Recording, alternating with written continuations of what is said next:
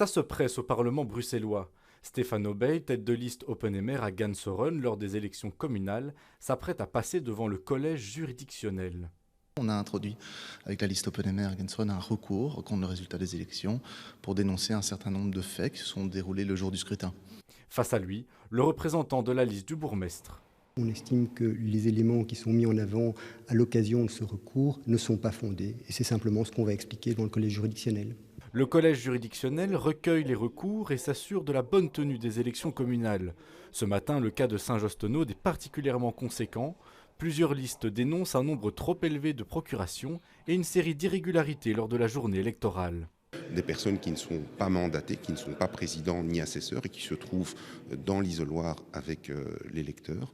L'utilisation par des personnes chargées de l'organisation des élections d'une autre langue qu'une des trois langues nationales et aussi la présence continue à proximité des bureaux de vote de membres de la liste du bourgmestre. L'objet de notre plainte, c'est simplement l'invalidation des élections. Si cette invalidation est actée, les Tonodois devront retourner voter, mais la plupart du temps, un simple recomptage des voix est réclamé, comme à Anderlecht, où plusieurs bureaux ont subi une panne informatique. Entre le moment où il y a eu le bug et le comptage, il y a eu quand même 600 personnes qui ont voté, si ce n'est pas plus, et qu'au moment du comptage, on arrive, selon la commission, selon le rapporteur, suivant le rapport de la commission, à identifier seulement 300 votants.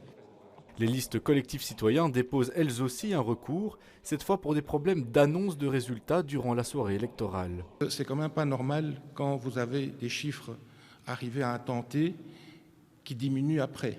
Soit ça stagne ou ça augmente, mais pas ça chute. Les décisions seront rendues dans les prochaines semaines. Les élections, elles, seront validées le 26 novembre.